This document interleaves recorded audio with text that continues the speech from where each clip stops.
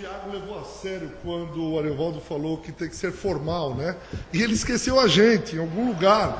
E aí eu vou me auto-apresentar para que a gente possa dar continuidade ao Congresso.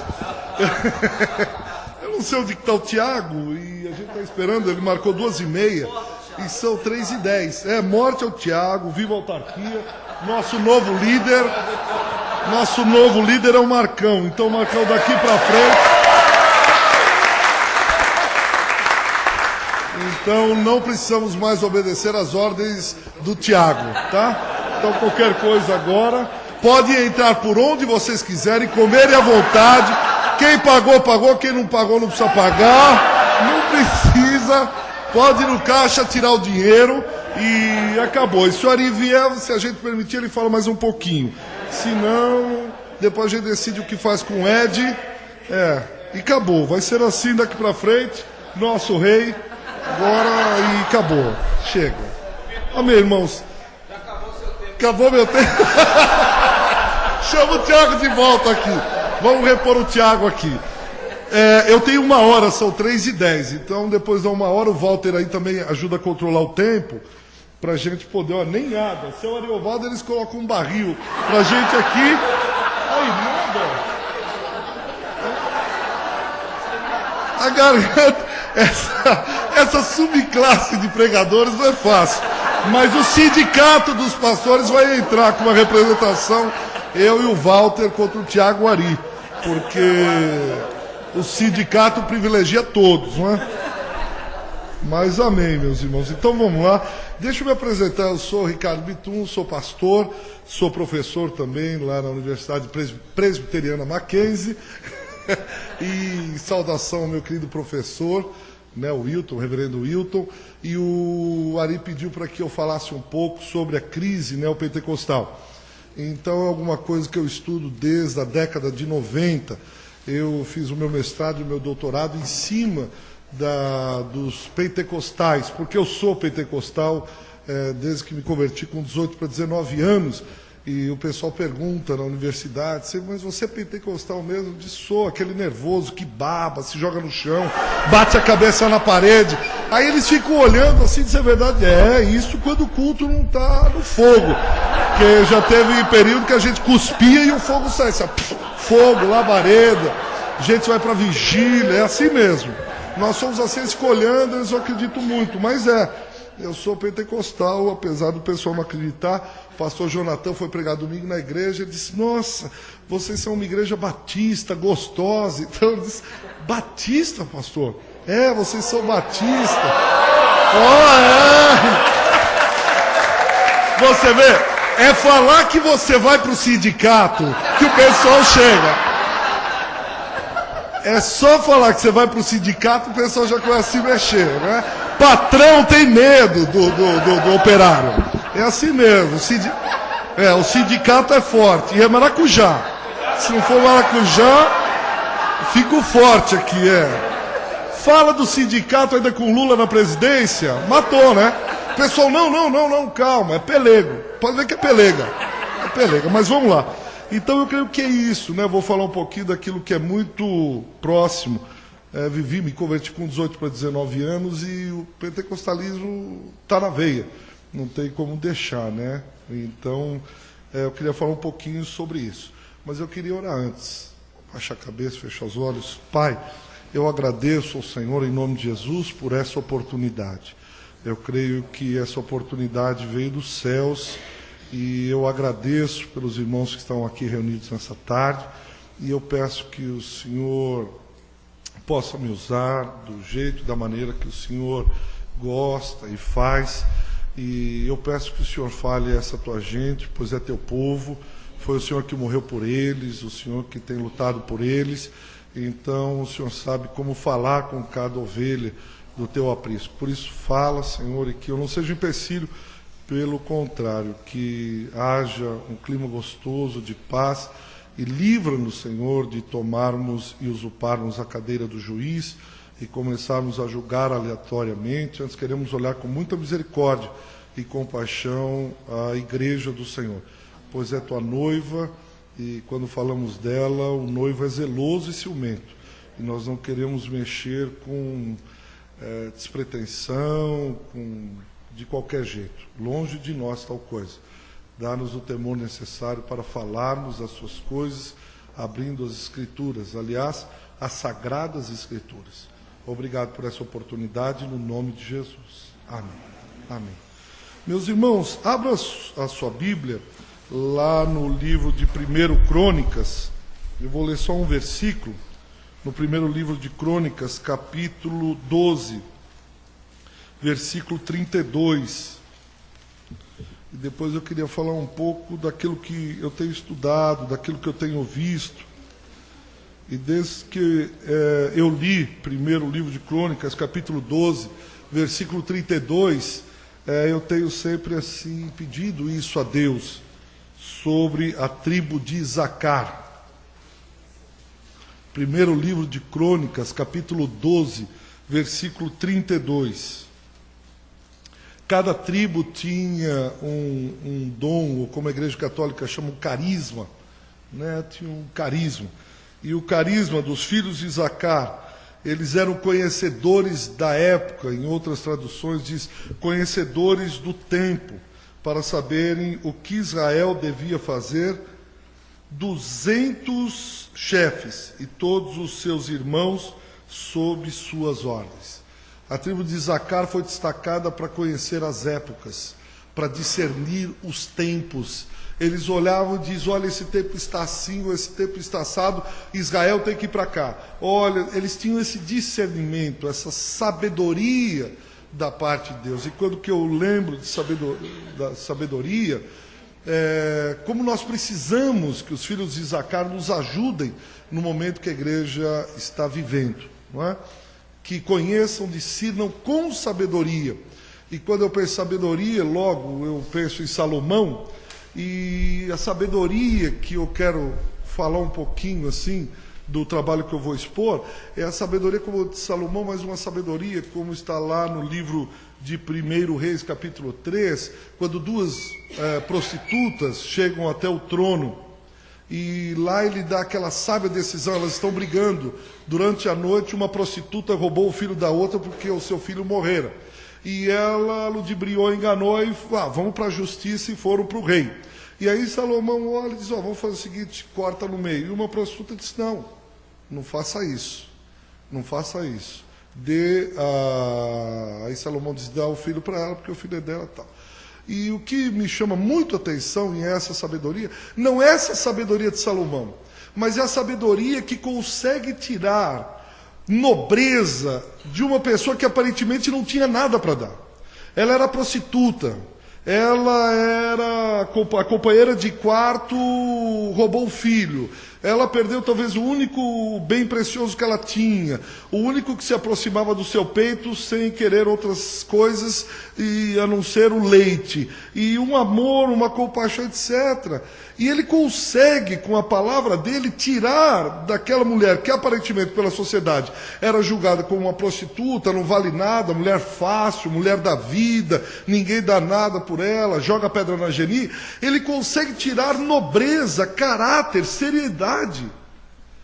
Que sabedoria é essa? Somente sabedoria divina, que consegue extrair beleza de onde aparentemente toda a sociedade já tinha dado decreto para ela. Isso daí não sai nada.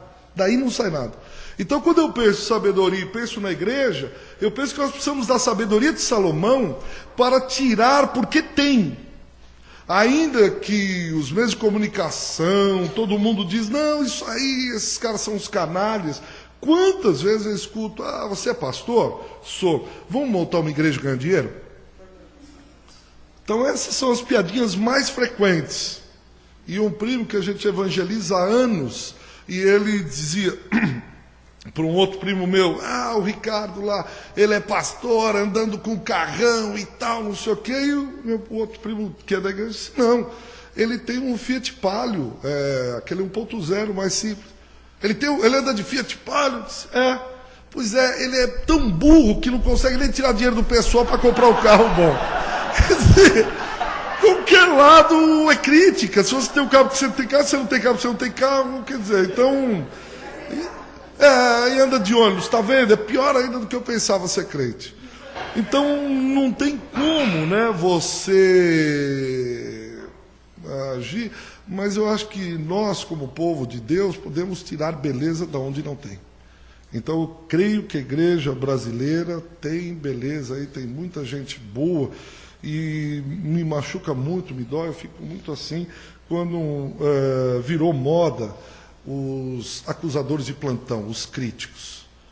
Tem uma pessoa lá na igreja, não tem um mês de conversão, ela já foi no gabinete, mas ela criticou tanto a igreja. Eu disse, mas qual a sua experiência com a igreja? Não, porque a igreja só quer dinheiro, só quer... Eu falei, mas você nem batizada é? Nem da igreja você já está criticando? Peraí, mas vive um pouco, deixa alguém te passar a perna, deixa algum crente te enganar, alguém, pelo menos você tem o que falar, mas você não tem motivo, você nem começou. E agora todo mundo que eu vejo, cara jovem, o cara tem 13 anos, não sabe nem o que é dirigir um louvor, não sabe nem o que é ministrar, ele já está falando mal da igreja. Não, porque a igreja... E todo mundo agora está falando mal da igreja, virou moda, né? E eu fico pensando sempre, né? Aqueles que ficam criticando a igreja, ou fazendo com a igreja, eles precisam lembrar sempre, né, que o Senhor, o noivo da igreja, é um noivo ciumento, zeloso, e ele é bravo pra caramba. Ele é muito bravo, e quando mexe na noiva, precisa mexer com muito cuidado, com muito carinho, bater na medida certa, e assim, olhando para o noivo, diz, ó, eu vou bater porque o senhor está falando, que senão eu não bateria não. Com muito carinho.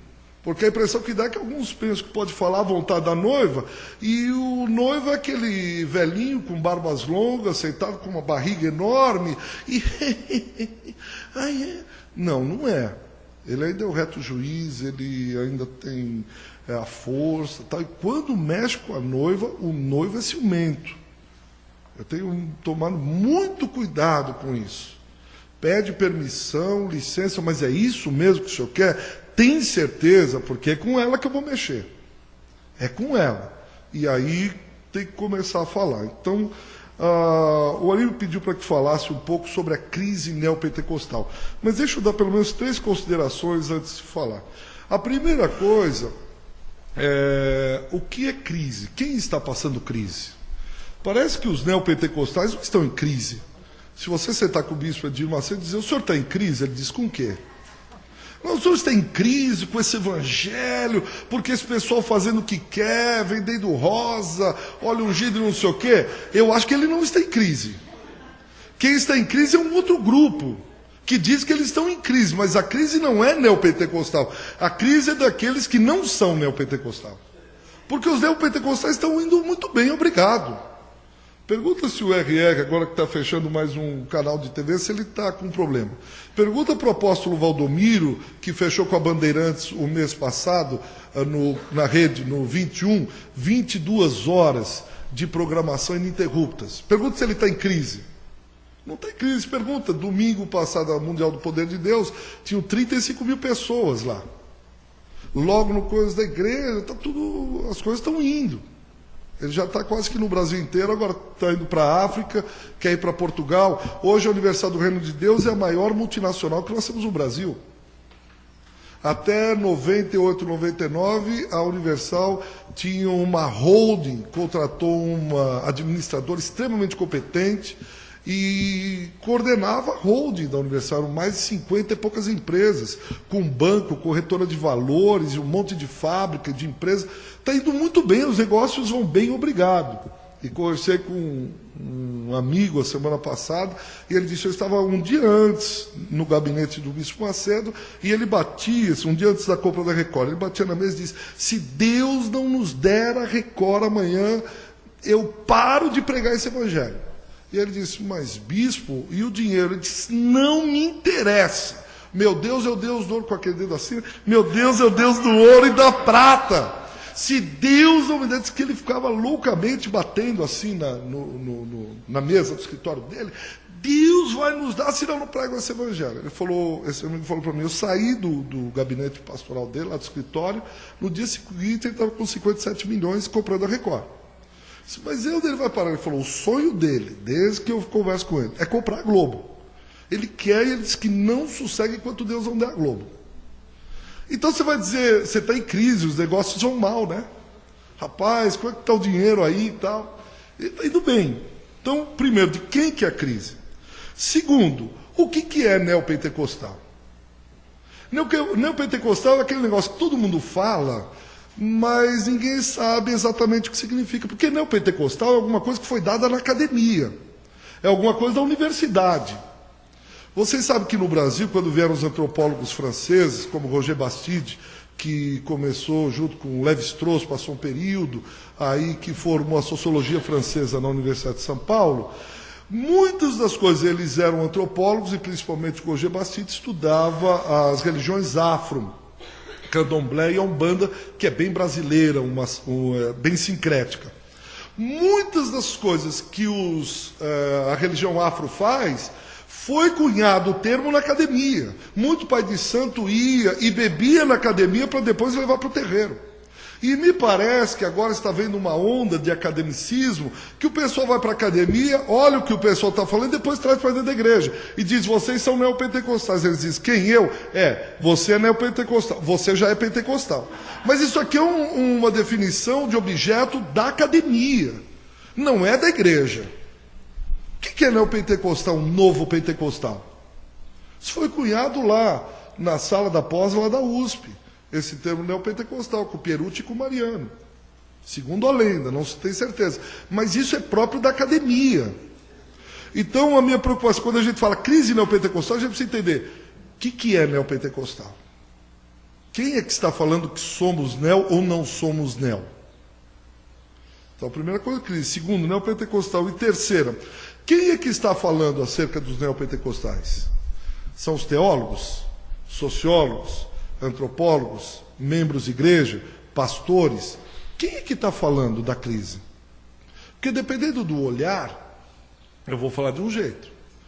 Você está falando o quê? Da teologia neopentecostal? Você está falando dos irmãos neopentecostais? Porque quando Edir Macedo começou, eu lembro de estar num encontro da FTL, e aí um irmão, isso há uns 20 anos atrás, se levantou e disse, eles não são nossos irmãos. A Universal do Reino de Deus não é, falando como pastor. Nós temos que escrachá-los. E o bispo tinha acabado de mandar para o reverendo Caio que queria entrar na EVB, na Associação Evangélica. E aí eu lembro bem, eu estava na sala, eu pensei, não, eles não são nossos irmãos, blá, blá, blá, blá, blá. Hoje as coisas já mudaram. Quem está falando? São pastores, teólogos? Quem tem autoridade para falar? Quem que saca a Bíblia e diz, não, isso aqui é assim, assim, assim, está errado nisso, nisso, nisso, naquilo. Porque parece que o campo religioso evangélico ou protestante brasileiro, ele está muito fracionado. Hoje você tem muita dificuldade em pegar, quando o pessoal fala da igreja brasileira, eu arrepio. Eu fico sempre imaginando de que igreja que ele está falando. De que igreja? O pessoal vem para mim e diz, o que você é? Pentecostal? Eu digo, sou. Ah, igual da Universal? Eu disse, não, igual a Universal, não sou, não é igual a Universal. Ah, o R.R. Soares é da mesma linha? Eu disse, também não. Ah, então você é Assembleia de Deus? Eu disse, também não. Congregação Cristã do Brasil? Também não. E o que você é? Eu digo, olha, sim, eu sou pentecostal, mas o que é ser pentecostal? A gente fala em línguas estranhas, tal, mas vai falando. Hoje você não sabe, quando você diz o que é ser crente. Antes estava muito bem definido. Você dizia assim, minha avó era batista, né? E quando eu dizia ser crente, não precisava dizer mais nada, você não precisava dar explicação nenhuma. Você só dizia assim, eu sou crente. Acabou. Hoje você diz, eu sou crente. Você olha e diz, eu fui numa igreja presbiteriana, fui convidado para pregar, e eu fiquei inibido. Umas caixas de som JBL que a gente usava 30 anos atrás em evangelismo, um enorme, um som estridente, o pessoal falava, ai, ai, ai. E eu disse, nossa, aí eu me senti frio, gelado, dizendo, eu não sou mais pentecostal. Isso aqui é o pentecostalismo de 30 anos atrás. E uma igreja presbiteriana está fazendo isso. Aí eu vou numa igreja batista, eu digo, a igreja batista que eu conheci, que minha avó me levava nas famosas EBFs, eu ia na EBF, também não é mais. Aí eu entro e diz, que igreja que é essa? Batista não é, que eu conheci, né? Presbiteriano não é, congregacional não é, pentecostal também não é, porque eu sou pentecostal, isso não é. E o que é?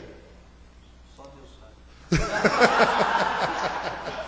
Tenho dúvidas, eu acho que ele coça a cabeça assim e diz, caramba, essa daí também nem eu sei.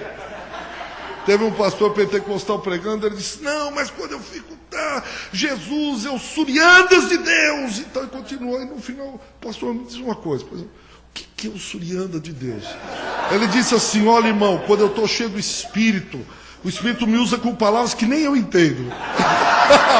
Então o que é o Surianda de Deus? Eu não faço a menor ideia.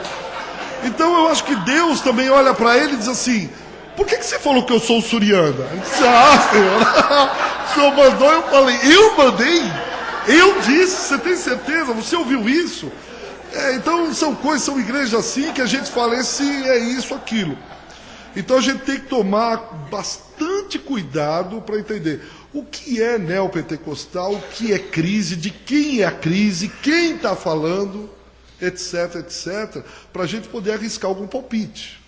Porque senão a gente fica igual o papagaio em navio de pirata, repetindo o que o pessoal está falando, a academia vai dando o tom, e aí o pessoal diz, é isso, eles são assim, eles são assim, eles são assim, e a gente acaba entrando e achando que são assim. E talvez não seja assim como a gente pensa. Então, para trabalhar isso, eu queria rapidamente, eu falei com o Tiago, se eu pudesse deixar aí uns 10, 15 minutos, como eu sou professor, para pergunta, né? Para a gente, pelo menos, conversar 10 minutos, alguma dúvida que possa ter ficado. Então, para isso, para a gente chegar até o neopentecostalismo, a gente precisa entender primeiro uma transição. Eu preparei bastante coisa, mas não vai dar tempo para falar, não faz mal. Eu vou resumir bastante. Você tem duas sociedades, né, que a sociologia do desenvolvimento fala, que é a sociedade tradicional e a sociedade moderna. A sociedade tradicional está aqui, ela está muito bem centrada, todos os papéis sociais estão muito bem estabelecidos, você tinha tradição, você tinha família. Imagina numa igreja protestante no interior há 100 anos atrás, há 50 anos atrás. As famílias, né, estavam sempre reunidas, era a família dos não sei o quê, era a tradição, era assim, o pastor visitava, tal, não sei o quê. E você tinha as coisas e as pessoas muito bem centradas. A religião ditando, né, na sociedade tradicional, somente os sacerdotes da Igreja católica no sentido universal, eles liam o céu, eram os únicos que podiam fazer a interpretação, e eles liam o céu para ditar as regras da terra. Então, por exemplo, a questão de rei, nobreza, clero e povo, isso era uma leitura do céu. O sacerdote, a igreja lia e dizia, olha, tem Deus, o Pai, tem lá Deus o Filho, Deus o Espírito Santo, tem os anjos que têm hierarquias, assim é na terra. Então você tem o rei como Deus o Pai, e aí eles faziam essa leitura e colocavam na terra. Era assim que as coisas funcionavam, sempre o céu mandando na terra. Porém, duas grandes revoluções destruíram, mexeram com esse mundo, que foi a Revolução Francesa e a Revolução Industrial na Inglaterra. Então, até então, estava tudo certinho. Quando veio essas duas revoluções, a Revolução Francesa é uma mudança no ideário, nas ideias. Não há tempo de explicar muito sobre isso, mas uma revolução na ideia das pessoas, daquela sociedade tradicional. E a Revolução Industrial, ela vem e muda o modo de produção. O modo de produção já não é mais o mesmo. Você tem agora um novo modo de produção. Antes, o lenhador ia lá com o machado, cortava uma árvore, trazia para casa, arrumava, punha a mesa do jeito que ele queria, fazia como queria. Com o pós-revolução industrial, aí já não, aí é produção em série. Daí surge a sociedade de massa. Aquela sociedade que hoje você faz tudo em série. Taylorismo, Fordismo. Então você tem aquela produção que não dá mais tempo do trabalho artesanal. Não tem mais como você fazer produto por produto e etc. Não, agora tudo. E essas duas abalaram. E o que vem com isso? Você vem com o progresso técnico. A partir daí, quem tem o controle da técnica No século XIX, o pastor Ari falou sobre isso, você tem a questão da ciência despontando. E a ciência aliada à técnica, tecnologia. Então, quem tem a melhor tecnologia está na frente. Quem consegue produzir em menos tempo está na frente. Quem consegue ter um produto com alta tecnologia, esse cara está na frente. Então, esse mundo tradicional ficou para trás. E agora se busca o aperfeiçoamento técnico na produção. O tempo é outro. Quer ver? Vamos falar um minutinho do tempo. Por exemplo, vou pegar só uma mudança, são várias as mudanças, mas a mudança do tempo. Só do tempo para a gente entender melhor. Existe o passado? Existe? Alguém me mostra o passado? Levanta a mão e diz, eu mostro. Passado. O passado já existiu, já foi. Tem condições de eu trazer o Ricardo de 10 anos de idade aqui? Não, ele já foi, ele passou, por isso que é passado, né? Passado. Passou. Isso, legal, o passado passou. Já passou. Não, mas eu lembro de quando eu era pequenininho. O que você tem? A lembrança. A hora que você morrer foi. Não, mas eu tenho uma foto. Não, mas se eu queimar a foto, você morre no seu passado? É alguma coisa que passou, não tem como pegar atrás. Existe o futuro? O futuro, vamos supor, eu vou chegar em casa e vou limpar toda a minha casa quando eu chegar. Mentira, só estou dando um coisa, né? Eu vou limpar a casa, vou fazer isso, aquilo, outro. Bom, eu vou aqui, sofro um acidente e vou para o hospital, fico um mês. O futuro mudou. Não existe o futuro. Hã? Ficou a casa suja lá porque eu não fui. Existe o presente? Levanta a mão quem falou sim. Já passou? Já foi então, é passado. Existe o presente? Hã? Porque o passado, Agostinho trabalhou isso, né? Agostinho, há séculos atrás, já trabalhou isso. A questão do eterno agora em Agostinho do tempo. O tempo, esse cronos aqui, é alguma coisa que a gente marca só pra gente. É a mesma coisa que eu disse assim, irmãos, vamos fazer o seguinte, atrasa 2 horas o relógio. Não, não podemos, porque senão eu não vou estar aqui. Eu estou almoçando. Vamos adiantar 4 horas? Não, o senhor sai daí da frente. Se adiantar é outro que vai estar. Existe isso. O que acontece se eu adiantar ou atrasar o relógio? Nada. Porque isso aqui é só uma marcação nossa, humana. Tem uma tese agora que o Boff está levando para frente, né, sobre a aceleração da rotação do planeta, trazendo de um físico. Interessante. Mas essa questão do tempo cronos, Agostinho trabalhou isso. Para Deus tudo acontece agora. É o eterno. Aí, viu só falar dele? Fala Agostinho, alguma coisa. Sabe que é o espírito dele aqui? Ô Agostinho, estou falando bem. Estou falando bem. O pastor me contou que numa igreja pentecostal ele foi, tinham 2 irmãs que eram profetisas. E elas mandavam, era um pastor novinho que estava lá e estava levantando. Não, assim diz Deus, não faça isso, pastor. Aí o pessoal mais velho da igreja pentecostal percebeu. Mandou outro pastor já velho, já conhecendo e tal. Aí ele foi pregar, uma irmã disse, ei, servo, que disse, opa, parou. Nós estamos vendo a palavra agora. Pode parar. Agora nós vamos ler a palavra. A mulher aceitou, ele começou, levantou um outro e disse, servo, eu te derrubarei, da onde estás, essa tua soberba? Ele disse, irmão, para de criancice, pode aceitar, isso é criancice, não vai ter isso não, pode parar, agora é a palavra. Bom, aí no outro domingo ele foi lá de novo, irmãos, na hora da palavra, não tem profecia. Aí ele começou, meu irmão, ei, servo amado, que te contemplo, e tal, ele falou, irmã, por favor, eu já pedi. Pode parar. Ele foi ler um outro irmão. Ô servo, mas nem falando bem de ti tu me ouves. Nem falando bem de ti. Isso aconteceu. O pastor me contou. Nem falando bem de ti. Eu estou falando bem do Agostinho aqui. Dá um tempo. Onde que a gente estava mesmo? O tempo, né? O eterno agora. Você tem uma mudança do tempo. O tempo era aquele tempo ligado à natureza. Então eu vou plantar, eu tenho que esperar chover ou fazer sol. Eu tenho que plantar arroz, eu não conheço muito bem a agronomia, mas tem o tempo lá para plantar feijão, para plantar o milho. Ele tem que esperar, o homem medieval, a cabeça dele espera o tempo. Que tempo? O tempo da natureza. Está chovendo, hoje não planta, vamos esperar o mês de agosto. O tempo ele é todo religioso.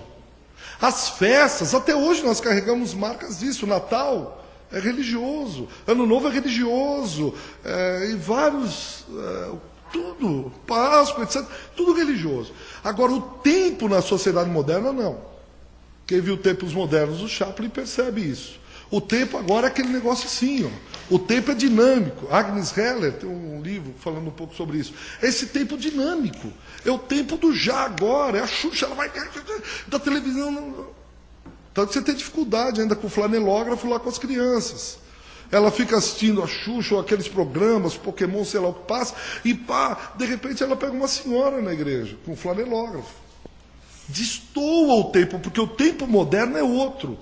É o tempo. Então a concepção de tempo mudou completamente. Hoje o tempo é o tempo do relógio. Vocês nunca perceberam a ditadura do relógio? Levanta a mão quem não tem relógio aqui. Nem no celular? Nem no celular. Quando você liga o carro, o rádio, você viu que aparece relógio? Alguns carros mais bonitos assim já vem com um relógio. Você vai ligar o micro-ondas, o que tem lá? Relógio. Na televisão, no vídeo, no DVD, relógio de quarto, relógio de cozinha, relógio... O que é isso? Por que o relógio ele tomou todo no nosso tempo moderno? Porque é o tempo da fábrica. Você vai na rua, tem relógio. É a ditadura do relógio.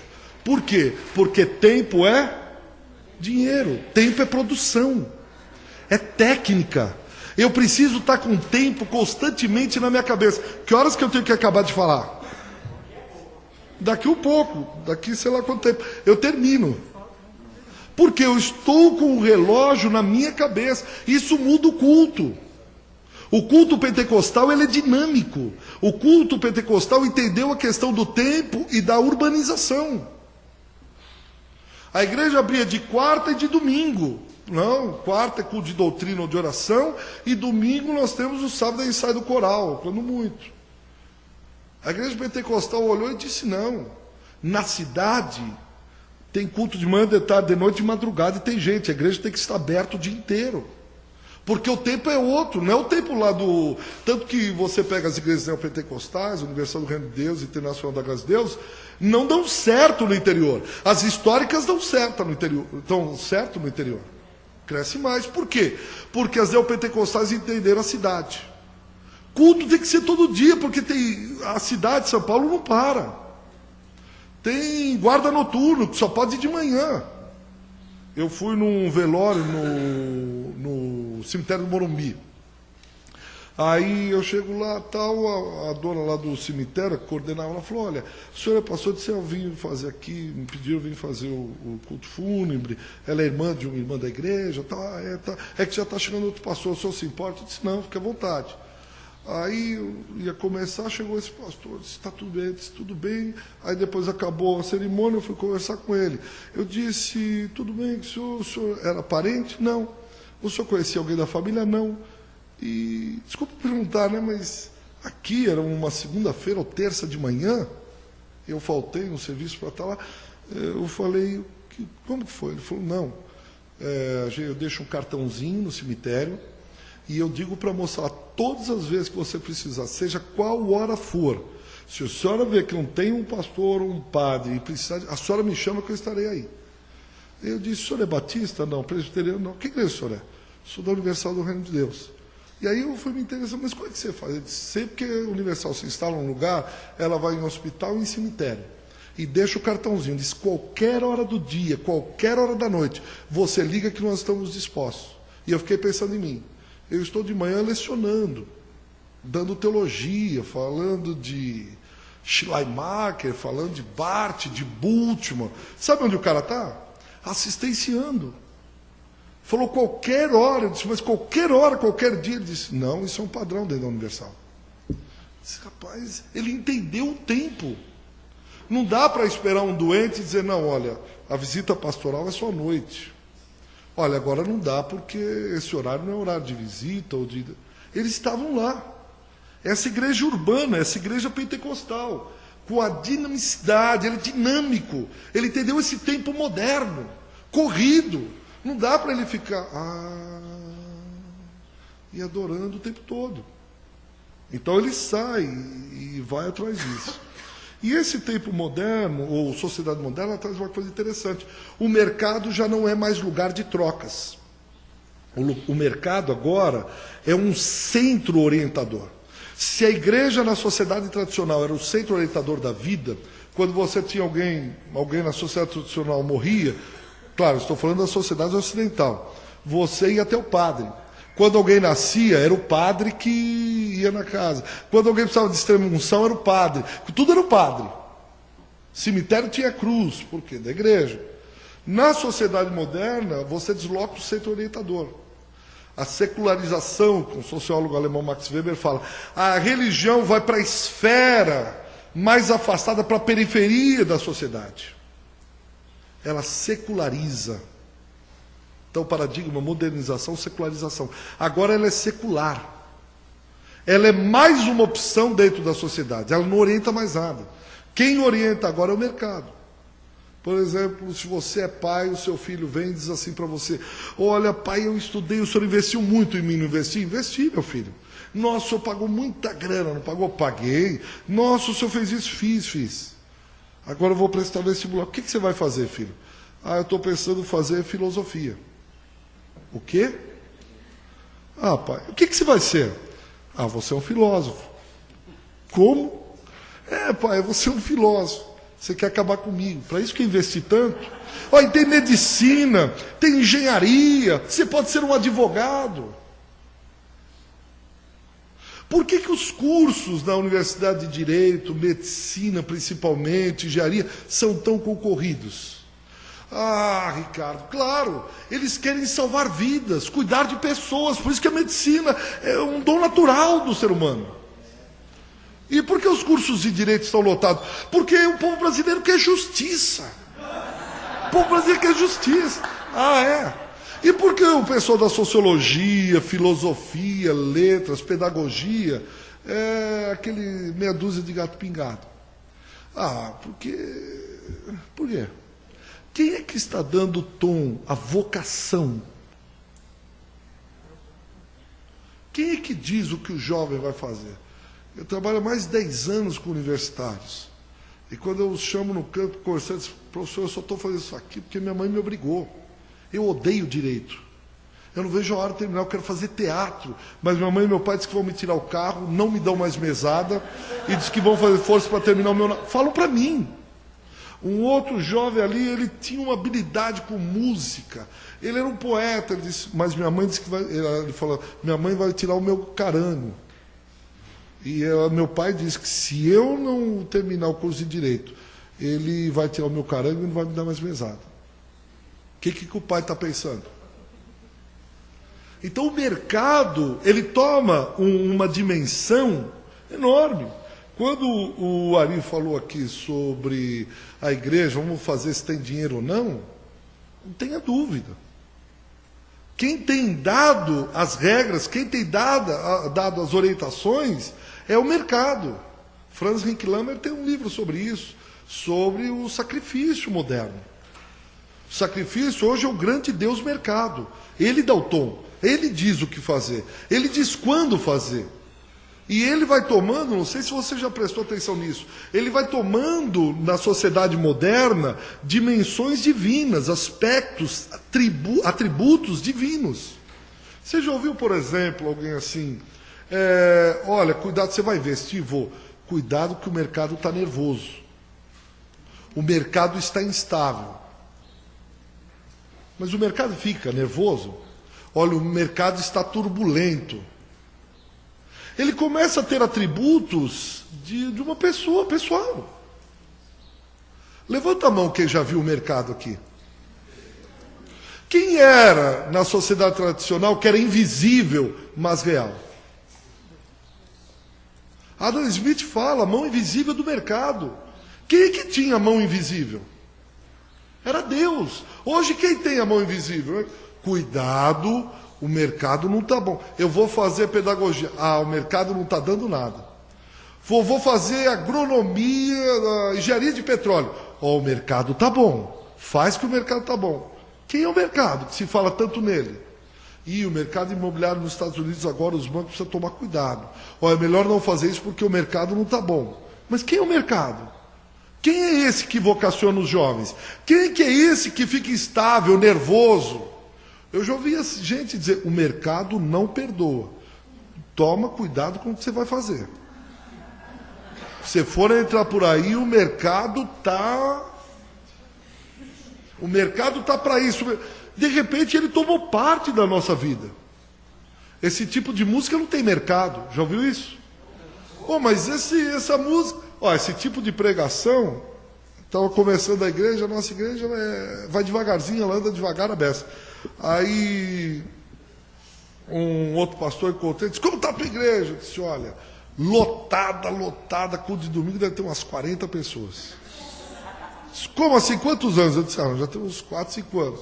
Eu vou ensinar você como trabalhar a igreja. Eu vou ensinar você a crescer a igreja, porque o mercado tem que ter gente assim. Eu fiquei escutando. Será que vai sair daí, né? E ele veio dar técnicas. Que técnicas? Essas técnicas. E o mercado, ele tem uma contradição. Porque essa contradição do mercado moderno, em que você fala que vai incluir todos. Agora, com a modernidade, todos podem, é a lei da oferta e da procura. Você pode produzir à vontade, você tem liberdade para produzir o que você quiser. Você tem liberdade para fazer o que você quiser. Você quer plantar chuchu agora? Planta. Por quê? Porque você vai agora, abriu-se a possibilidade de você ter coisas, de você consumir coisas. Mas ele não fala que nem todos podem consumir. Por exemplo, quantos empregados hoje tem, funcionários, tem a Volkswagen do Brasil? Chuta o número aí. 10 mil? Vamos por 10 mil. Quantos são do staff, da diretoria, lá do topo? 50? Por 50? Tem como eu dizer para os 10 mil que eles nunca vão chegar aos 50? Está claro? Alguém tem dúvida que esses 10 mil ninguém vai chegar aos 50? Não vão chegar. Mas eu tenho que dizer que ele pode crescer, eu tenho que dizer que ele pode ir, eu tenho que dizer que ele pode conseguir, que ele vai conquistar, que não sei o quê, papapá. Vai estudando, vai fazendo que você chega. Só que nem todos vão chegar. Porque o cume é limitado para alguns. Bom, os pentecostais olharam isso, ou um grupo de pentecostais. Disse, bom, pelo aperfeiçoamento técnico, pode ser um caminho para chegar. Mas existe uma outra técnica, a técnica religiosa. E para que eles pudessem alcançar esse topo que a gente está vendo, eles tiveram que reelaborar sua teologia. Através de 2 veios, de 2 canais. Um foi a teologia da prosperidade, que começa lá no início do século XX, com o Kenneth Hagin, ou Hagin. Então eles tiveram que mudar a sua teologia. A primeira é a prosperidade. Por quê? Eu quero chegar ao paraíso do consumo. Eu quero chegar ao paraíso da modernidade, que é o consumo. Eu quero consumir. Cara, mas não tem, o mercado não tem para todo mundo. O que eu faço? Vem aqui para a igreja. Porque agora Deus quer que você seja rico. Deus quer que você seja próspero. Tem um deles que diz assim, olha, se você tem um folheto, vou ler, resumir. Se você tem dores, insônia, perturbações, má sorte no amor, desânimo, obesidade... O que você tiver, venha até nós. Nós temos a solução para você, de uma das igrejas. Então eles começam e vão dizendo assim, muitos cristãos nascidos de novo e cheios do Espírito vivem num baixo nível de vida, vencidos pelo diabo. Por quê? Pois o diabo, a depressão, a opressão, o demônio, a enfermidade, e tudo mais que prove do diabo está dominando tanto cristãos e até mesmo a igreja. E nós temos a solução para livrar você dele. E o R.R. Soares tem um livro que ele diz, o cristão deve gozar de saúde plena. Nós, como cristãos, não precisamos sofrer reveses financeiros. Não precisamos ser cativos da pobreza ou da enfermidade. Deus proverá cura e prosperidade para os seus filhos, se eles obedecerem aos seus mandamentos. Deus quer que seus filhos tenham o melhor de tudo. Saúde e prosperidade no Brasil. Eles vêm e dizem, olha, você pode chegar ao paraíso agora. Você pode consumir agora. E aí começa a elaborar, você tem que determinar, você tem que exigir, você tem que dar 3 pulinhos, fazer isso, isso e aquilo outro. Ele diz assim, uma grande revolução está correndo no meio do povo de Deus. Antigamente era ensinado que uma pessoa, para agradar a Deus, deveria ser pobre e passar privações. Hoje há milhares de filhos de Deus que estão começando a tomar posse da herança que temos em Cristo Jesus. Por todos os lados vemos pessoas contar os mais lindos testemunhos de prosperidade. Se você ousar crer em Deus e assumir a sua posição na palavra de Deus, determinando a sua prosperidade, assim será. O nome de Jesus. As bênçãos que enriquecem, do R.R. Soares. Um outro pastor escreveu assim: chega de comer frango só aos domingos. Chega de dormir com cobertor velho e rasgado. Chega de usar dentadura colada com durepox. Chega de usar roupas rasgadas e furadas. Chega de carro fundindo o motor. Chega de escova de dente estralhaçada. Chega de casa sem acabamento e com goteira. Chega de comprar quilinhos de mantimento. Chega de guardar o melhor e usar o pior. Chega de televisão preto e branco. Chega de cheque sem fundo em nome protestado. Chega de agiota. Chega de gerente de banco, fogão velho, geladeira velha, cama quebrada, colchão remendado, dívidas, telefone, água e luz cortada. Chega de reformar coisa velha. Chega de pedir fiado e pagar aluguel. Chega de receber salário mínimo. Comece agora a desejar com fé o melhor. Engravide-se do melhor. As promessas vão se cumprir pelo desejo do nosso coração. De acordo com os nossos ideais, devemos reivindicar com fé todos os dias o melhor dessa terra. Andar com Deus atrai prosperidade e sucesso. Jeová Jiré transforma o deserto de Si num poderoso shopping center, suprindo no mínimo detalhe todas as nossas necessidades.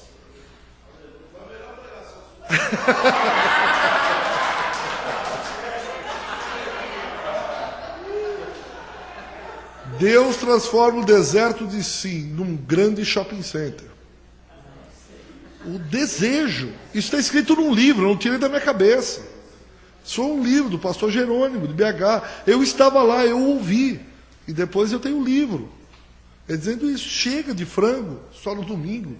Chega de deitadura colada com durepox. Chega. Então dizer o melhor. E ele vai trabalhando não só da batalha espiritual, porque lembra que eu falei lá da contradição da lógica do mercado?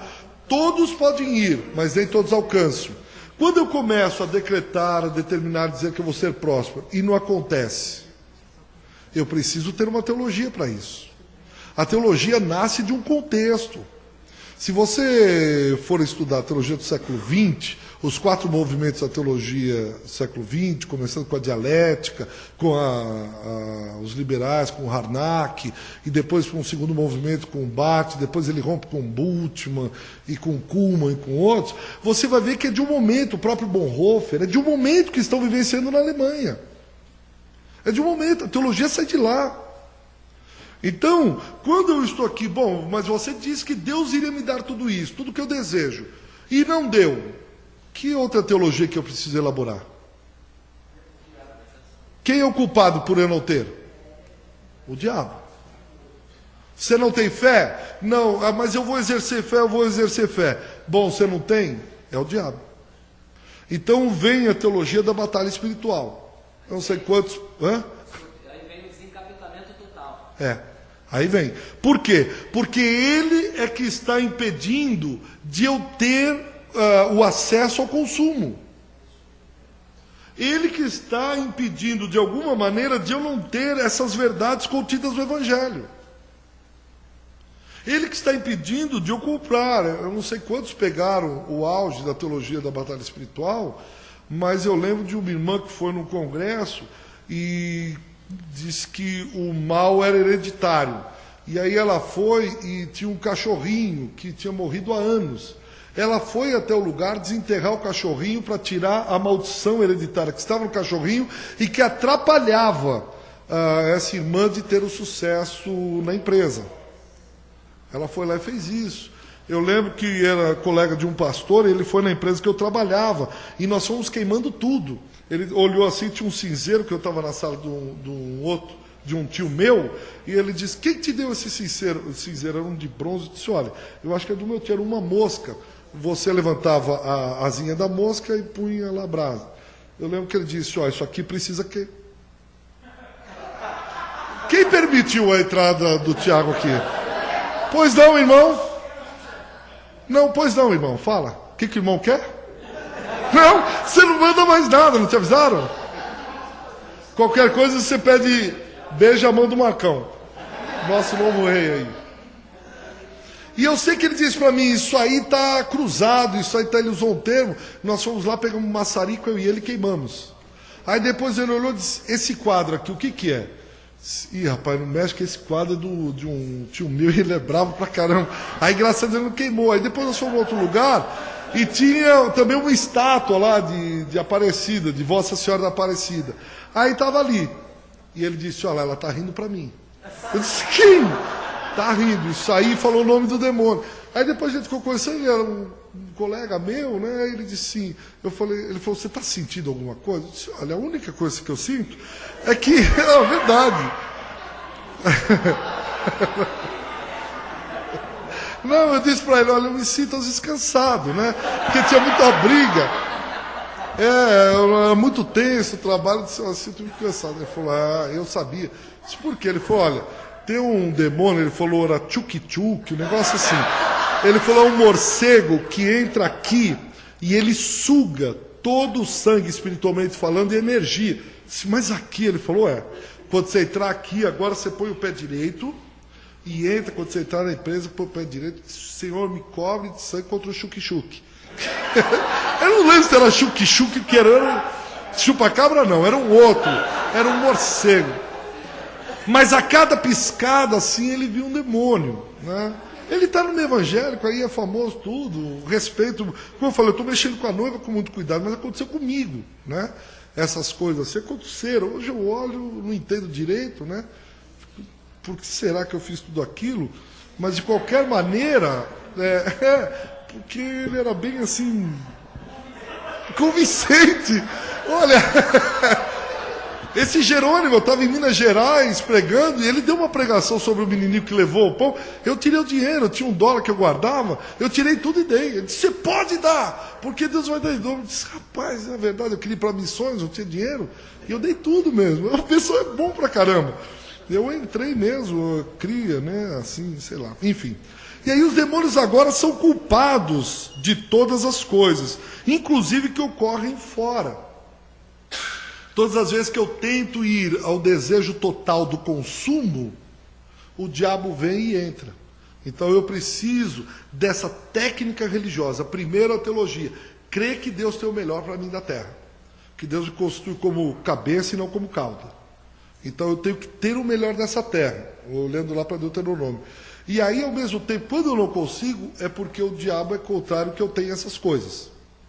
E aí a teologia da batalha espiritual, ela vem e começa a entrar. Inclusive, tem um desses pregadores que disse assim, os demônios, espíritos destruidores, estão nos germes, bacilos e vírus. São a principal causa das doenças. Os demônios são culpados pelo fato do Brasil não ser um país desenvolvido. Então ele diz, nós precisamos de há uma isenção da culpabilidade humana. Então não é um empresário desonesto, não é a corrupção que o valha. O homem não tem mais responsabilidade porque o diabo é que me obrigou a fazer isso. O diabo é que levou esses homens a corromperem, etc, etc. Corrupção, pobreza, miséria, mentira, etc. Ele diz, nós herdamos isso tudo dos nossos avós e bisavós. Por isso que eu preciso quebrar essa maldição que vem vindo. E corrupção, pobreza, miséria, mentira, má administração do dinheiro público, etc., são problemas demoníacos e precisam ser exorcizados. Então o Brasil não anda, ou o Brasil não acontece por quê? Porque precisa tirar os demônios, não ter gente honesta. E o que acontece? Aí o mercado vai entrando e dando tom. E aí ele entra em todos os lugares. particularmente, eu creio que o único lugar, a única que pode deter a força do mercado, esse Deus moderno, né, o Deus dos nossos dias, é a igreja. Eu não vejo outra instituição que consiga segurar isso. Tudo que a gente pensa passa necessariamente pelo cálculo racional. Tudo que a gente pensa vai pelo viés dos desejos. E aí começam, principalmente os neopentecostais, a elaborarem técnicas religiosas. De que maneira? Olha, você traga a rosa de Saron. Você vem aqui, nós vamos ungir a rosa, você leva para a tua casa e ela vai atrair todos os fluidos negativos. Como a Universal faz, a Mundial do Poder de Deus está fazendo, a Internacional da Graça está fazendo. Olha, nós vamos levar os pedidos para tal lugar. Olha, nós vamos agora distribuir, um dos cultos eles deram a pedrinha de Davi. Quando vê o problema, que você vê que a empresa está mal, você põe a pedrinha de Davi e começa. Eu vou matar você, gigante, demônio, tal, e põe de novo na bolsa. E aí no final do mês você vai trazer uma oferta para cá. Então eles vão trabalhando. Eu estou trabalhando há uns 2 anos com um pastor de uma igreja dessas, e ele se converteu com 16 para 17 anos, era drogado, entrou na igreja e ficou até com 20 e poucos. E ele era o segundo homem depois do pastor, de uma igreja grande, enorme. Aí ele contando para mim uma das coisas, ele disse, o pastor estava lá e ninguém sabia o que ia acontecer. Ele na hora pegava, o cara era um gênio. Aí ele chegou e disse, olha, e a igreja está assim devagar, semana que vem nós vamos ter a unção do lambari da cabeça vermelha. Do sangue do lambari da cabeça vermelha. Venho aqui que nós vamos ungir. A igreja ficou, ele pode vir, porque o sangue do lambari da cabeça vermelha não falha. E semana que vem eu vou estar ungindo todos vocês vão levar o vidro com o sangue do lambari da cabeça vermelha e vai. Aí desceu do púlpito, foi lá e esse irmão terminou o culto e foi lá e disse, pastor, eu nunca ouvi falar do sangue do lambari da cabeça vermelha. Ele olhou e falou, larga a mão de ser bobo, rapaz. Pega um corante aí, põe alguma coisa vermelha, vamos distribuir para o povo. O povo acredita nessas coisas. Eu já estou há 2 anos trabalhando com ele, e até hoje ele arredio. Tudo ele olha e diz, não, é mais um. Olha, é mais um. Porque a técnica. Na outra, ele fazia uma outra técnica. Ele ia falando lá, eu falei, não precisa falar mais, não. Cheio de técnicas religiosas. Para quê? Para que eu possa chegar ao paraíso do consumo. Para que eu possa chegar à concretização dos desejos. O Evangelho não é para o céu, mas para a terra. O que acontece? A parousia cristã, a segunda vinda, não é mais no além. O paraíso não é mais o além. A teologia da prosperidade, juntamente com a teologia da batalha espiritual, ela traz a parousia, o reino, para agora. É para o aquém. Eu não tenho que esperar a segunda vinda de Cristo para reinar na terra. Eu posso reinar agora e já é o aqui e agora, é o dinamismo do tempo moderno. Eu reino agora. Por que esperar Jesus voltar? Então há uma reformulação da utopia. Há uma reformulação da parúsia ou parousia. O tempo é agora, o tempo é já. E você não tem mais a ética do trabalho como a ética da reforma era. Max Weber, na ética do protestante espírito do capitalismo, diz que você, de alguma forma, você se sentia vocacionado quando, através do trabalho, Deus lhe honrava. Então você trabalha e um sinal da graça de Deus, do rares de Deus, era o trabalho. Então você tinha o protestante, ele era um homem trabalhador, honrado, tinha uma ética no trabalho, de honestidade de trabalho. Agora você não tem mais a ética do trabalho, mas você tem a ética do consumo. E isso casa muito bem com a modernidade. Por quê? Porque hoje nós somos em potencial, potência muito grande do consumo. Quer ver? Dar um exemplo. Imagine você com um chinelo havaiana, um calção vermelho beliscão e uma camisa regata do Corinthians, Gaviões. Gaviões é nós. E aquela touca, Gavião é nós. E para na frente da mesa de um gerente de banco. Agora vá você, dali 2, 3 semanas, com um terno... Vocês que usam terno chique... Qual terno é chique aí? Armani, um terno Armani, couro de jacaré, sapato, um Rolex e tal, e para na frente de uma Montblanc, né? Tem que ter uma Montblanc e para na frente de um gerente. O tratamento não é igual. Qual é a diferença? Poder de consumo. Não, na igreja é igual, irmão. Que isso?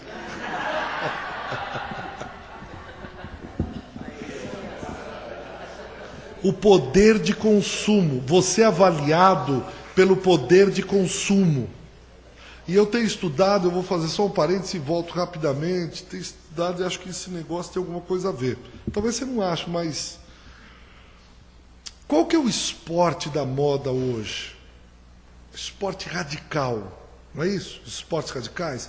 O cara vai de uma montanha ou de uma ponte, ele pula e um elástico segura ele no final, assim. Ele sai e diz, é adrenalina pura, cara. Adrenalina. A pessoa, ela cresce,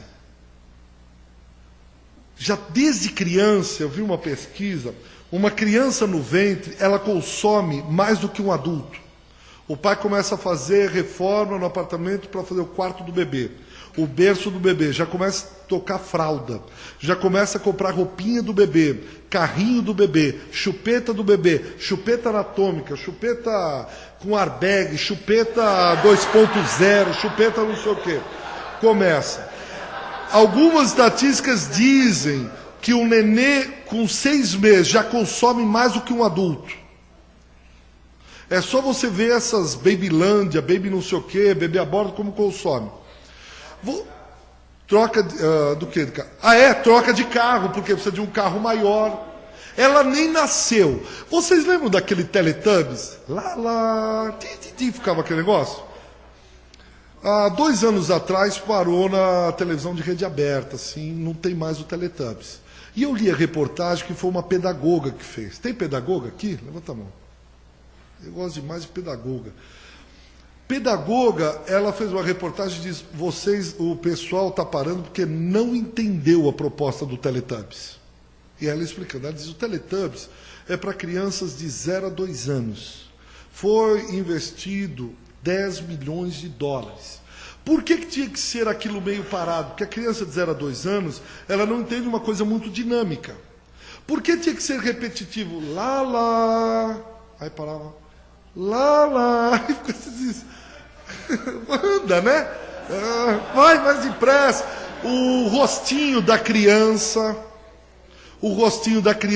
E ela foi explicando cada detalhe. Eu fui lendo aquilo e disse.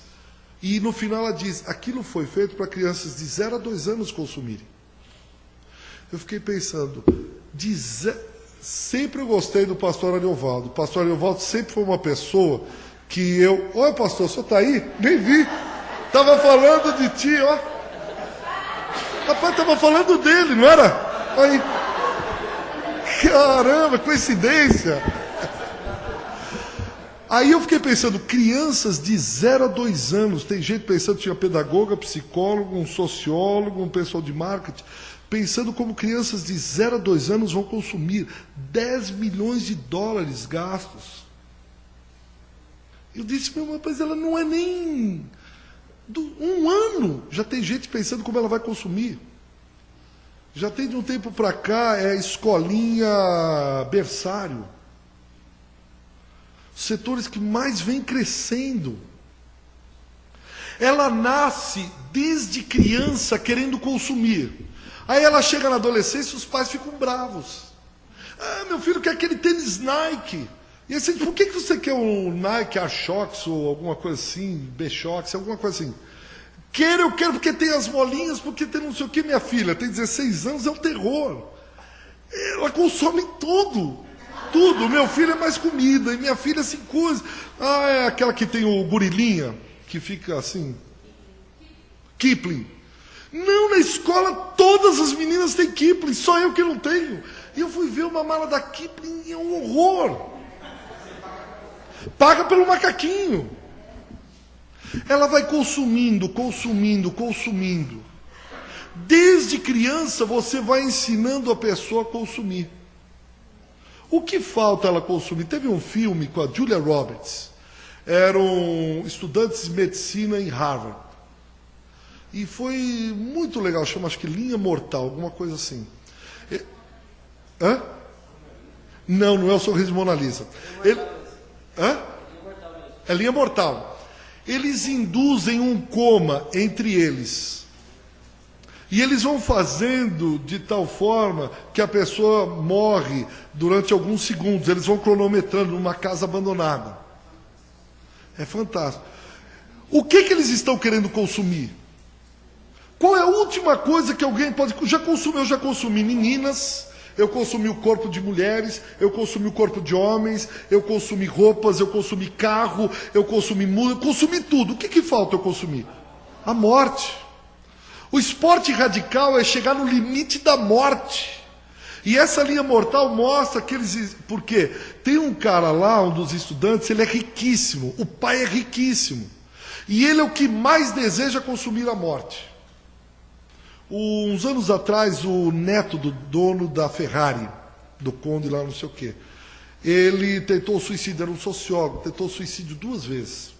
E ele tinha seguranças para não deixar.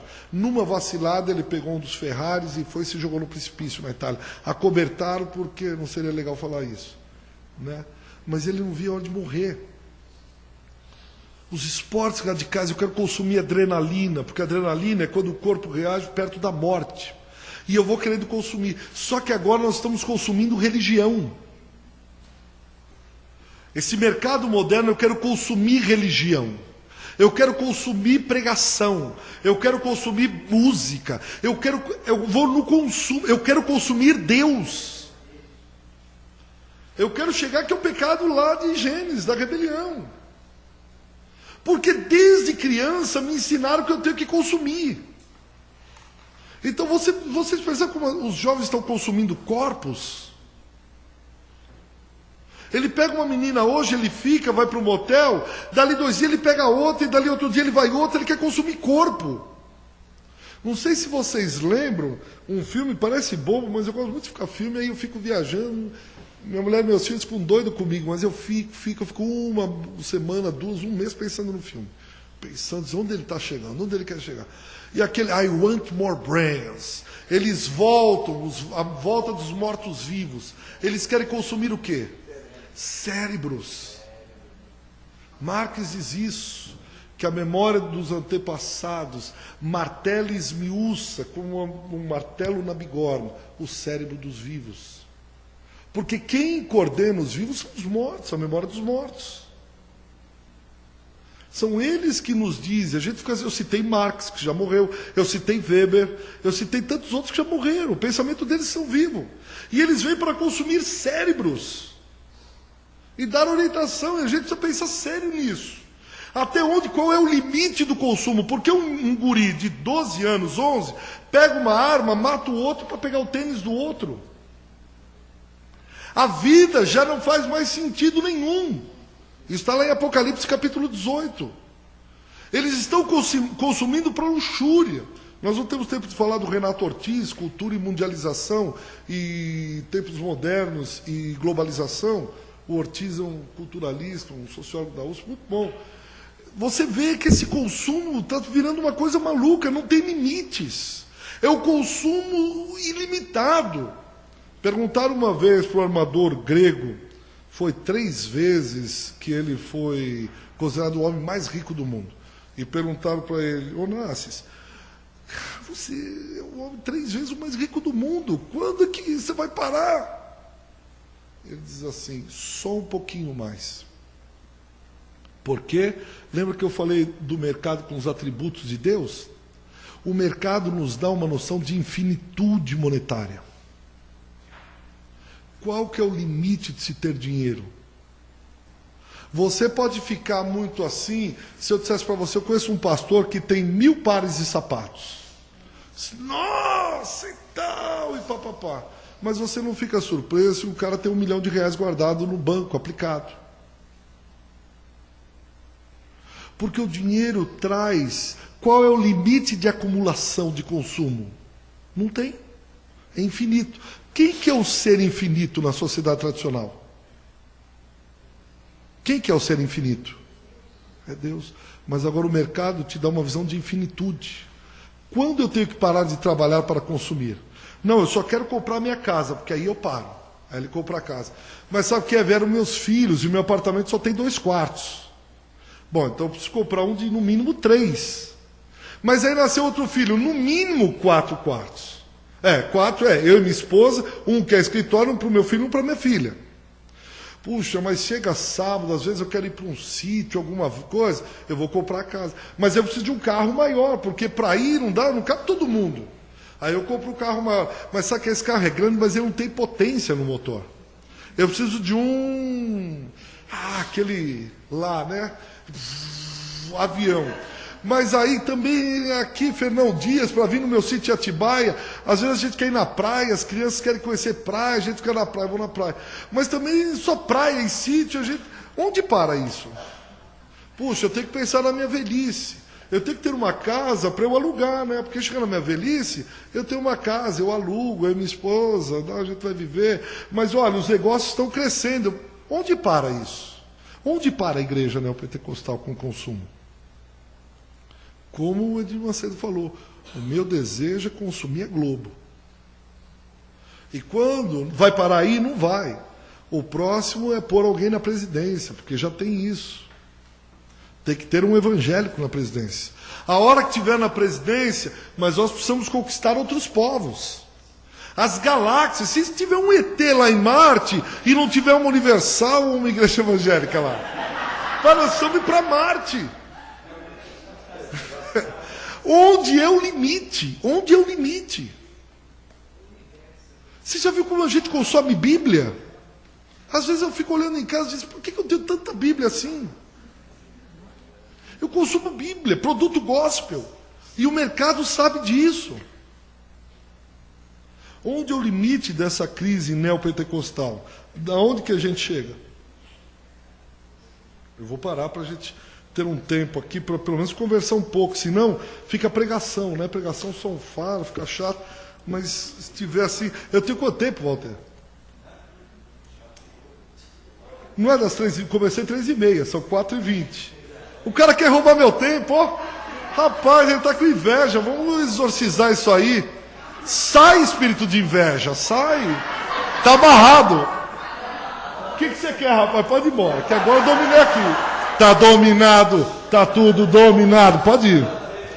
Não, 3h30 eu comecei, que o senhor atrasou.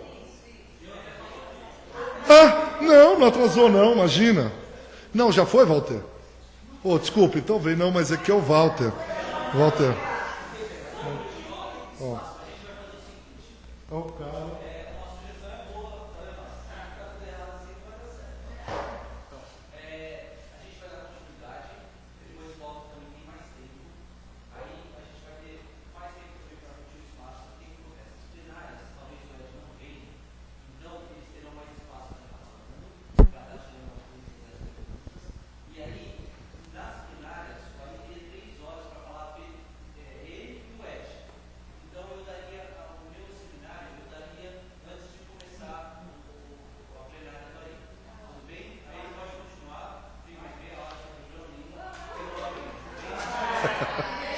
Você viu que a gente falou de tirar o poder dele, ele já começou, não, vamos ser mais flexível.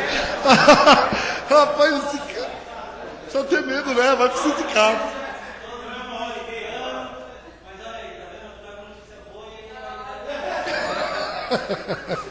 Falou em sindicato, o cara treme.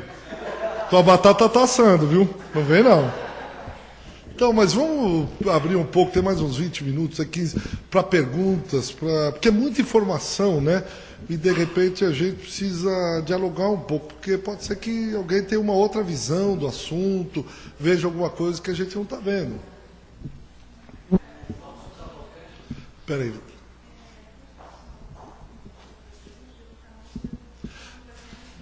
Tá, vai sair na filmagem. Agora, ó.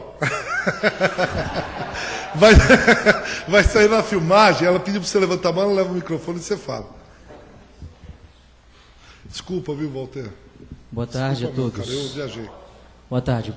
Eu tenho uma informação sobre o Robson Cavalcante, que ele não está usando muito a questão da nomenclatura neopentecostalismo, mas utiliza pseudo-pentecostal. Ele faz essa distinção. O que é que o senhor aborda sobre isso? Concorda, discorda? É possível? Mas tem que lembrar que o Pois não. Robson é alguém da academia. Ele é cientista político, né?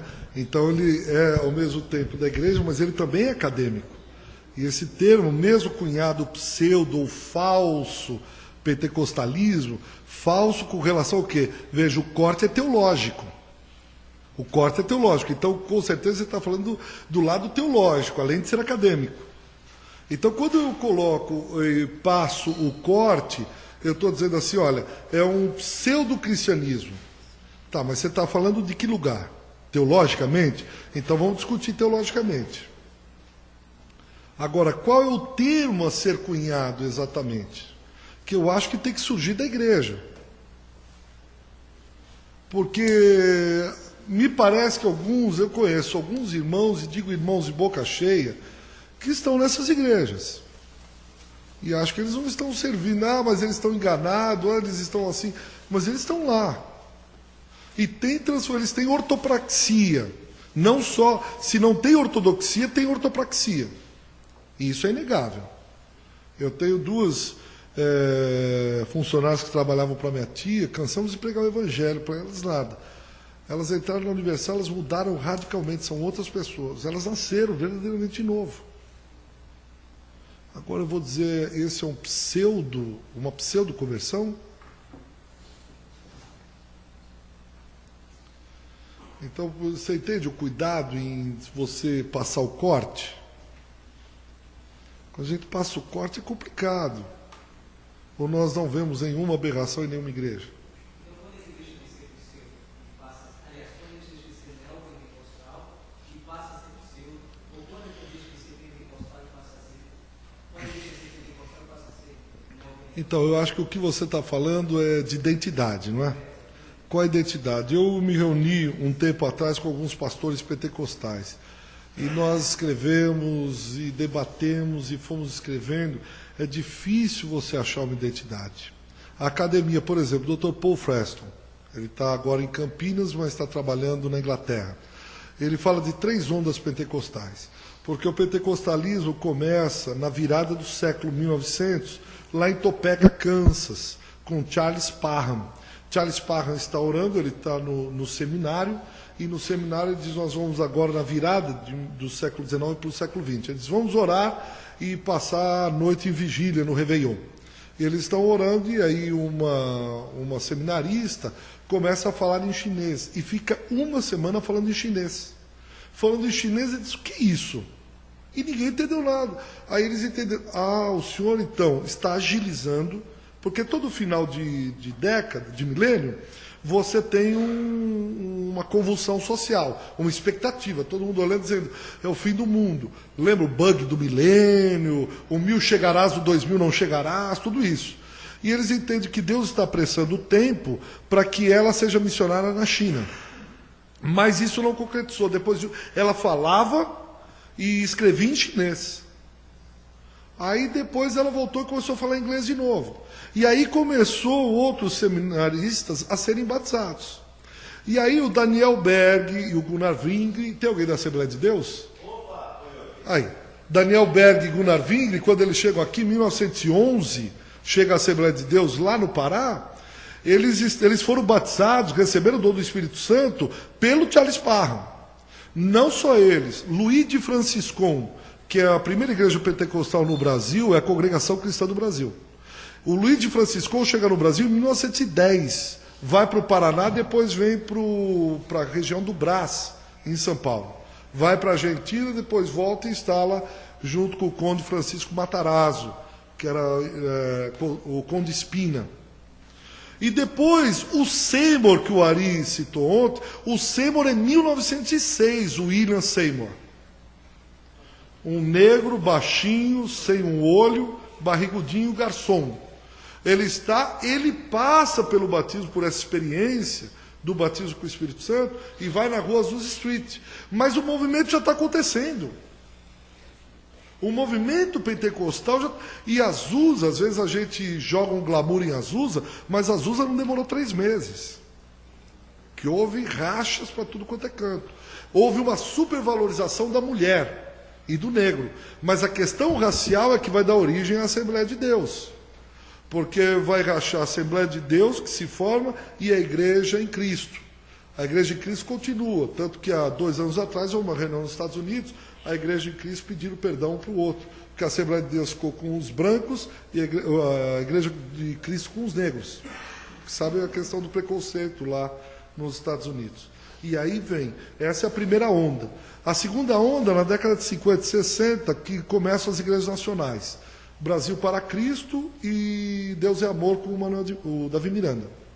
E a terceira, que vem com o Botwright lá, que é o movimento de tendas, cruzada, o movimento das cruzadas, que vai dar no Evangelho Quadrangular. Cada uma, a primeira enfatizava o batismo no Espírito Santo. A segunda onda já enfatiza a cura. E a terceira onda, que vem na década de 70 e 80, que é o Renascer Internacional da Graça e Renascer em Cristo. Renascer universal e internacional.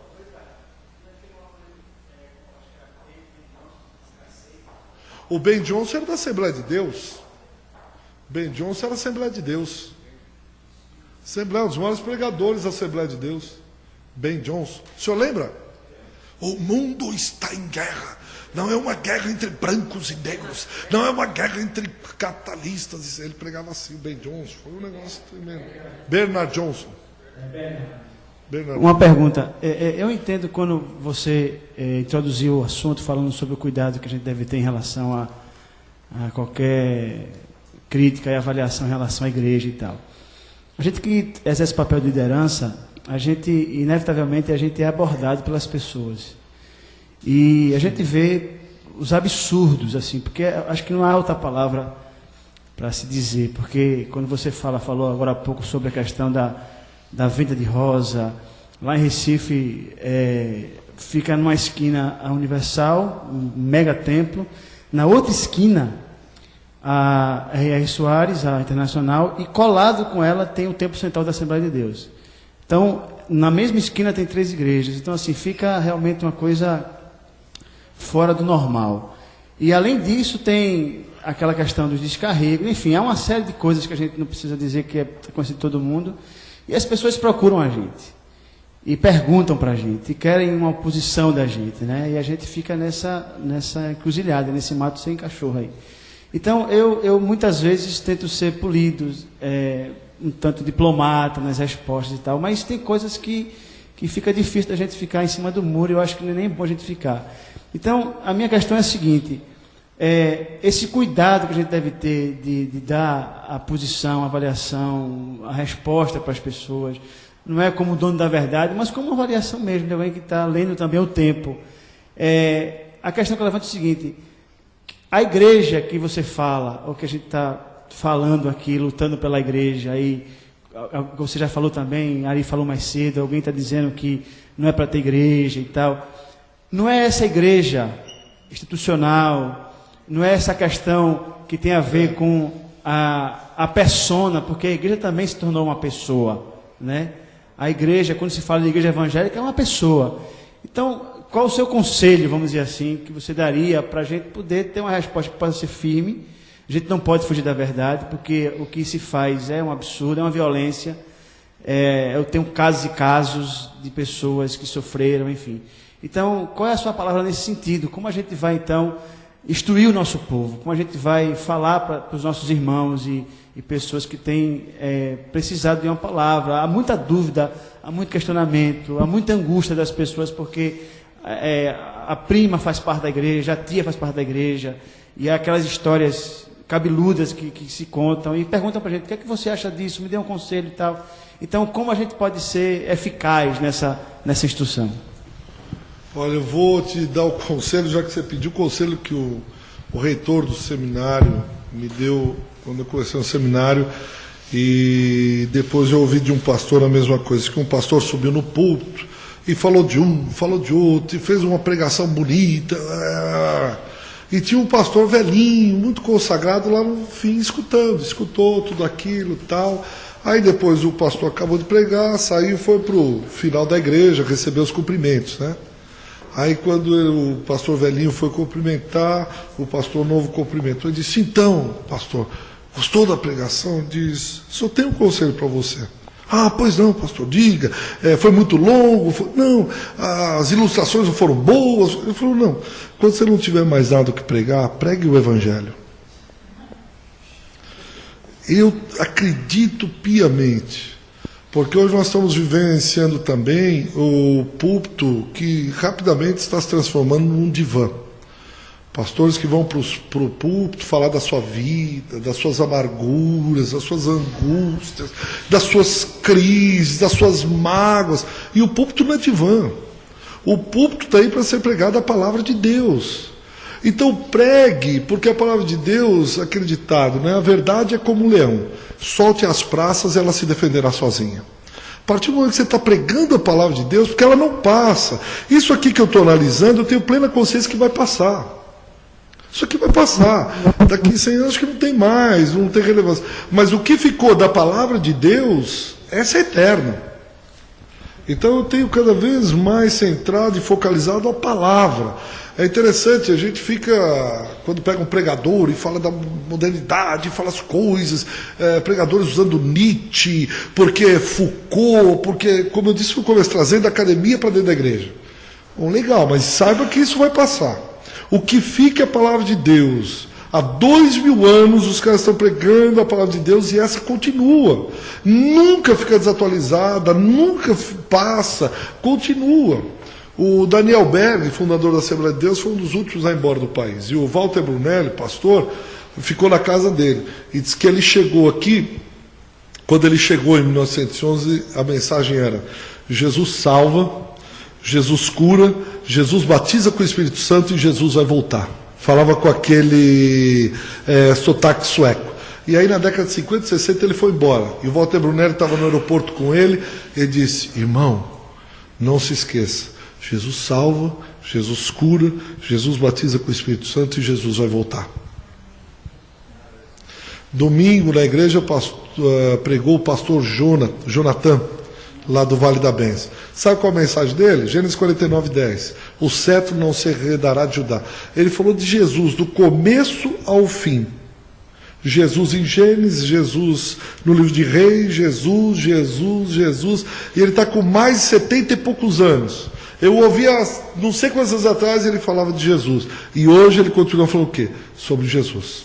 Porque todos aqueles pregadores que abraçam a pregação da moda, eles tendem a ficar viúvos, porque a moda vai passar.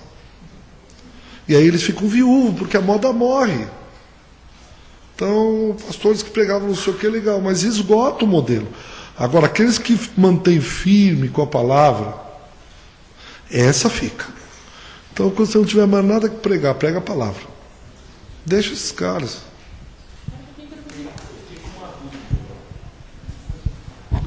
Eu fiquei com uma dúvida agora. Até agora, o que eu entendi, né, não sou pastor nem tenho curso de teologia, né? Até agora que eu entendi, é o seguinte: o problema neopentecostal reside em que eles estão calcados numa teologia que tem seus questionamentos. Então, eu queria primeiro fazer a pergunta: não é bíblico a teoria da prosperidade? Essa é a primeira pergunta. Ela está baseada na palavra? A segunda pergunta é: se está e ela provoca transformação, mesmo que seja passageiro do ponto de vista do pastor, onde está o problema? Então, qual que é a crítica ao neopentecostalismo do teu ponto de vista, entendeu? Então, assim, se é bíblico ou se não é bíblico, a primeira pergunta. E a segunda pergunta é: se ele provoca a transformação verdadeira, mesmo que o pastor vai daqui a 10 anos ficar fora de moda, o que isso tem de ruim, né? O que isso afasta as pessoas de Jesus ou não. Então, qual que é a crítica ao neopentecostalismo do ponto de vista da palavra, entendeu? Não sei se ficou confusa a pergunta. Não. Veja, assim, lembra que eu tomei cuidado de dizer assim, quando a gente fala da crise neopentecostal, com que olhar que eu vou falar? De teólogo, de pastor, de sociólogo, de antropólogo, do quê? Depende. Depende. Se eu faço o olhar sociológico, a teologia, eu só estou analisando a teologia deles. Para mim, pouco importa como é que faz, como é que eles entendem. Sociologicamente, a sociologia prima ou tenta pelo afastamento do objeto, pela neutralidade. É um mito isso, mas ela tenta se afastar ao máximo do objeto. Então, o sociólogo não tende a questionar ou criticar, ele faz uma análise do que está lá vendo, do objeto. Agora, o teólogo, a teologia é humana. A elaboração da teologia, o labor teológico é humano. Ele está ligado ao contexto, como eu falei também, da teologia alemã do século XX. Você vai pegar a teologia, não sei se tem algum professor de teologia do Novo Testamento aqui, ou teologia contemporânea, ele sabe disso, está ligado. Por exemplo, a teologia da prosperidade, ela nasce num período. A teologia da libertação, com Gutierrez, ela nasce num período. Você tem porque é um labor humano, eu estou elaborando, é uma ciência. Agora, com relação ao pastorado, eu tenho que tomar cuidado com o que não favorece o rebanho, o que não causa crescimento, o que é palha, morte na panela. E aí, pastoralmente, o Ari falou isso de manhã, né? Eu não tenho que ensinar o cara a se livrar do sofrimento, mas é reinar apesar do sofrimento. É entender o cuidado de Cristo apesar do sofrimento. Por exemplo, eu tenho um filho, nós moramos um tempo nos Estados Unidos, ele pegou uma doença rara, do carrapato, do xixi, do carrapato que o xixi do veado americano faz. É uma doença que chama Lyme, não tem no Brasil. E isso é lá nos Estados Unidos, perto do Canadá, é raro, em Idaho, famous potatoes. E ele pegou isso, e já tem mais de 10 anos que uma vista ele já perdeu uma e a outra a gente cuida para que ele não perca. Rapaz, não é fácil. Eu já orei para pessoas e Deus curou de câncer. Já com pessoas que foram curadas de AIDS. Mas meu filho está lá doente. Eu creio na cura divina, independente do que eu estou vendo. Porque a Bíblia diz que Jesus pode curar. Então tem que ensinar o rebanho, se Deus o curar, Ele te ama do mesmo jeito. Ele te ama apesar de qualquer coisa. Então, pastoralmente, eu estou falando, eu tenho que ensinar o rebanho que ele não vai ser o cabeça sempre. Ele não vai ser o presidente da República. E você vê também essas situações da teologia da prosperidade, que elas são limítrofes. Por exemplo, eu não vi nenhum desses da teologia da prosperidade amarrar ou determinar o Fort Knox. Eles têm fé, mas a fé dele é dentro de um limite de razoabilidade. Eu não vi ninguém cercando e marchando em volta da Votorantim e diz, a Votorantim é do Senhor, a Votorantim é do Senhor. Tem um limite, né? Eles sabem até onde vão com a fé. Então você vê, tem o cálculo racional. Então, voltando, eu creio que Deus me ama, creio que Deus ama o meu filho, sofremos muito com isso. Mas eu acredito que Jesus é Senhor e se Ele quiser estalar os dedos, meu filho é curado. Mas por que Ele não quis? Já tomou injeção, já fez operação e tal. Ele deixa de ser Deus? Não, eu continuo louvando, agradecendo a Deus e estou levando a vida. Você entende? Pastoralmente. Agora, esse pessoal não. Por exemplo, teve uma mulher, não vou citar o nome, mas porque eu estava no começo da teologia da batalha espiritual, conheci o pessoal, ela ensinou as irmãs a não jogarem o absorvente no lixo, o absorvente com menstruação. Por quê? Porque ela ensinou que tinha um demônio que se alimentava, pegava forças do sangue da menstruação das irmãs. Aí você tinha que jogar o absorvente dentro de um vaso sanitário. Caramba! É triste, tinha irmãzinha lá, cria nisso. Você entende? Vai entrando num limite que você diz... Porque, veja, a batalha espiritual, ela tende ao infinito. Você diz assim, olha, eu vi um diabo que tem um chifre, o outro diz, e eu vi um que tem 3. O outro disse, ele tem 3, mas tem um rabo. O outro disse, pois é, eu vi um que tem 3, um nariz grande e um rabo. O outro fala, não, eu vi um que tem braço comprido. Onde para isso?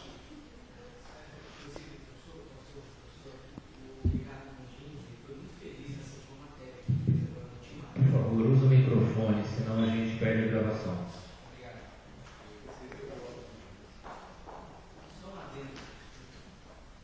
Só um adendo. Ricardo Gondim, ele foi muito feliz, inclusive, na última ultimato. Ele fala que a igreja, hoje, ela está vivendo uma espécie de alucinação gospel. É uma alucinação que deixa a pessoa tão inebriada que ele consegue montar qualquer coisa no campo ilusório, e começa a viver aquilo como se fosse real.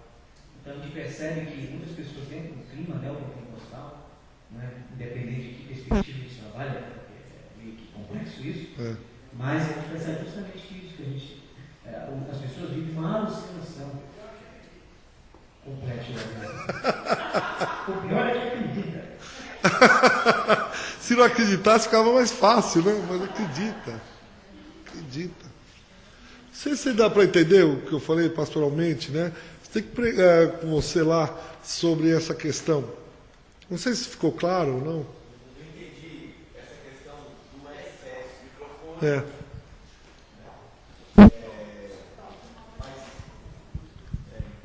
Eu consigo também ver que essa onda neopentecostal, ela ajuda as pessoas a darem os primeiros passos em direção a Jesus.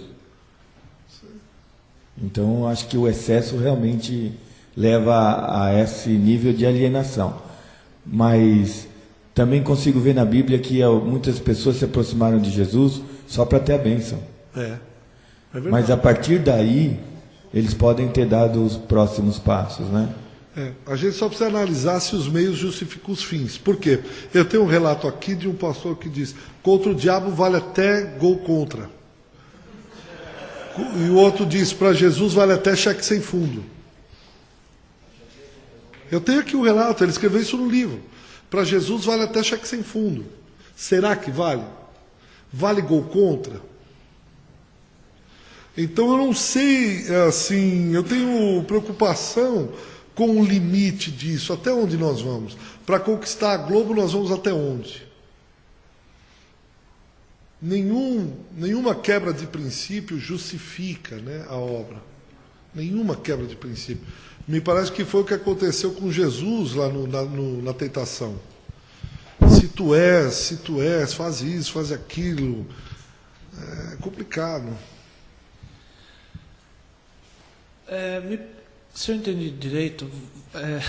Entendeu? A teologia teologia da prosperidade e a batalha espiritual, o raciocínio é que são respostas para a sociedade, para a igreja, moderna. uma sociedade de consumo. E você disse uma coisa que eu fiquei sem entender muito bem, que você disse que a igreja é a resposta, só a igreja pode vencer O mercado.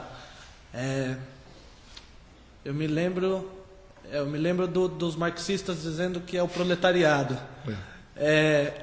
Eu realmente fiquei sem entender o que quer dizer quem é essa igreja, o que é essa igreja que pode vencer o mercado e essa sociedade de consumo, e como é que isso acontece. Eu creio que a igreja, quando eu falo igreja, nesse sentido, é a igreja do Senhor, a noiva. Lutero faz uma distinção entre a igreja visível, né, e a igreja invisível, triunfante, militante. Por isso que até acho bom com Ari, quando ele fala, né, que a igreja expulsou Jesus. Que igreja? A igreja é instituição, tudo bem, até dá para entender, mas a noiva não. A noiva não expulsa o noivo.